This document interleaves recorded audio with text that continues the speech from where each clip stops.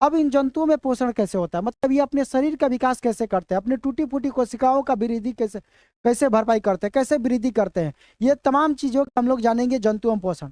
अब एक एक करके हम लोग जानेंगे। जैसे जंतुओं में पोषण में सबसे पहले अमीबा में, अमीबा के बारे में जानेंगे कि अमीबा में कैसे पोषण होता है। तो टॉपिक डालिए अमीबा, टॉपिक डालिए अमीबा। अमीबा के बारे में अगर जानना है तो जान लीजिए कि अमीबा एक सरल जीव होता है और ये मृदु जलीय में रहता है, मतलब मीठा जल में रहने का यह रहता है। ये एक कोशिकीय होता है।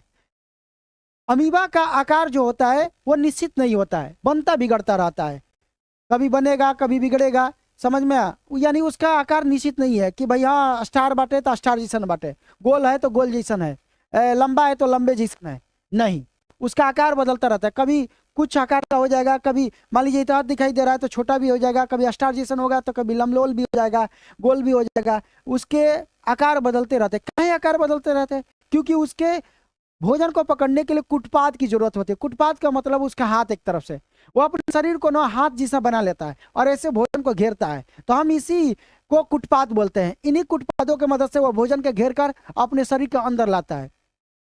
उसका कोई निश्चित मुंह नहीं होता है, वो शरीर के किसी भी अंग में क्या करेगा, उस भोजन को घेर कर और वहां पे जैसे भोजन आया उसके शरीर में, वहां पे वो ऑटोमेटिक रसधानी का निर्माण होगा। रसधानी एक प्रकार का क्या होगा, द्रव होता है, और वहां पे धीरे धीरे वहां पे भोजन का पचना शुरू हो जाएगा और अपचा भोजन को शरीर से किसी भी जगह से उत्सर्जन कर देगा। तो इस प्रकार से धीरे धीरे उसमें क्या होता है, पोषण हो जाता है। तो इस ये पोषण हो जाता है। तो इस प्रकार से अमीबा में क्या होता है, पोषण की प्रक्रिया चलती रहती है। एक बार क्वेश्चन एग्जाम में पूछा गया था कि अमीबा अपना भोजन किसके मदद से पकड़ता है, तो किसके मदद से, कुटपाद